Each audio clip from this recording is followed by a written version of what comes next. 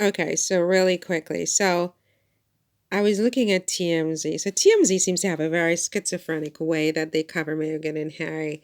One minute, it seems like they go out of their way to sort of explain things in a way to exonerate Meghan and Harry, and then they do this. But anyway, um, anyway,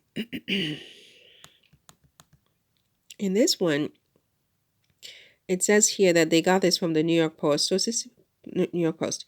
Sources tell the New York Post Harry and Meghan elected to stroll out in front of a throng of shutterbugs to get their pictures taken after they attended Tuesday night's award ceremony at the Ziegfeld Theater in Manhattan.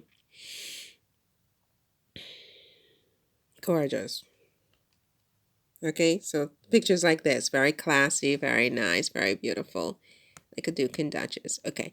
The Post noted the couple made the decision despite having one of Barack Obama's former Service agents on their security team. Okay, what does that have to do with anything? What in and of God that has to do with anything? He keeps celebs under the radar. Okay, whatever. And after getting their fill of the cameras, Harry and Meghan jumped inside a waiting SUV with Sanchez and took off. So I think this is the same New York Post that I read yesterday, where there was some suggestion in the article I read by a an expert they interviewed, I believe, who said that one of the strategic mistakes Harry and Meghan made is that they did not make themselves available to the paparazzi for photographs after the event, and that is why the paparazzi chased them across Manhattan. This was in the New York Post, I believe, if I'm not mistaken. Correct me if I'm wrong. Now, the same New York Post is saying that they indeed they stopped to give these paparazzi pictures. Where the heck is it? It says here, okay, so he keeps the celebs under the radar. And where is it where they just said that?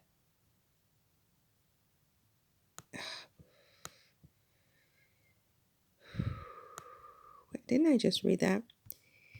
I just read that I mean, this is the kind of thing that drives me crazy. You see why I couldn't do an online class, right? Sources tell the New York Post Harry and Meghan elected to stroll out in front of a throng of shutterbugs to get their pictures taken after they attended Tuesday night's award ceremony at the Ziegfeld Theater in Manhattan. Again, this is the same New York Post who did a hit piece that yesterday or the day before saying or quoting an expert who said that one of the strategic mistakes Harry and Meghan made was that they tried to evade the paparazzi by coming in the back door where you had all those Hertz photographs, which kind of upsets me a little bit because I feel like, why didn't her handlers, make sure about the back area before she went in, because obviously she was going to get photographed, and the background of the photograph matters as much as the foreground, right? So you want to make sure what's in the background, what's in this room, what's going to be photographed with me and my outfit. That's something she needs to look at next time.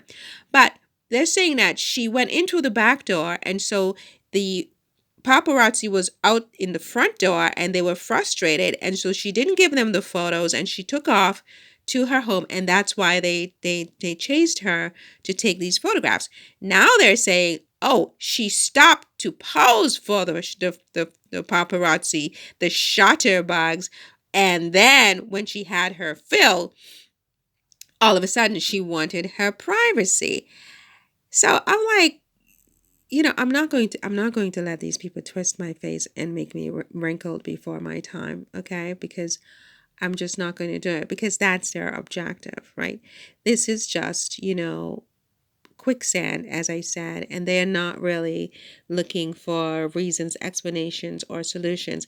This is just tomorrow you have new headlines because people like myself are going to read them and hear about them and write about them and blog about them and make blog posts and videos, and it churns the news. And this is the hell that we're in. This is hell. I mean, in every way, this is hell, right? And this is how hell works. And you better just get on the what do you call this thing, the roller coaster, and hang on for dear life. Don't stand there crying, because there's nothing you can do to stop this hell or change this hell. It is what it is, right? So this is just, you know, them doing what they do in hell, right? And so yesterday it was, oh, she didn't stop to take the photos for the paparazzi. Today it's, she stopped and took the photos for the paparazzi, right? And then when she was done, she wanted to have privacy, and that's not how it works. If you take the photos for the paparazzi after the event, you should be prepared that they're going to chase you through Manhattan for 2 hours and put your life in danger. And at that point, you better shut your mouth, because if you complain about it, or even if you just raise the issue to tell people, look, this happened, they are going to drag you from here to kingdom come, right? So that's the game. But my question is, indeed, why did the paparazzi need extra photos? Because they had taken, I assume, thousands of photographs at the venue. She did stop and she posed, as the New York Post has disclosed. And we see the photographs, and they were beautiful. Beautiful.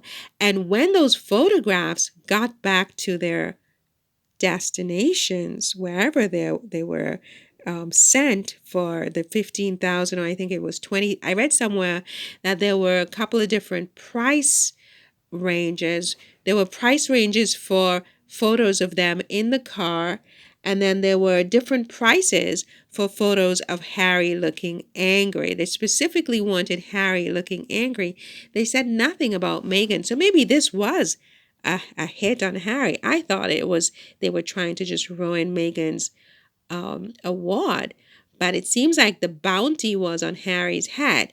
Let's get him angry. Let's show him snarling, crazy, out of control. And that was a different price range. And I guess, there were other unspoken price ranges. I mean, if you can get us something even better, I mean, the price goes up astronomically, right? So why did they need to go to a second venue? I mean, as I have said before in other videos on this subject matter, many other stars, such as the Kardashians, Justin Bieber, Taylor Swift, all of these famous people, Beyonce, come to New York all the time, or they go wherever they go in the United States, and paparazzi are there taking pictures. But you don't have these car chases, right?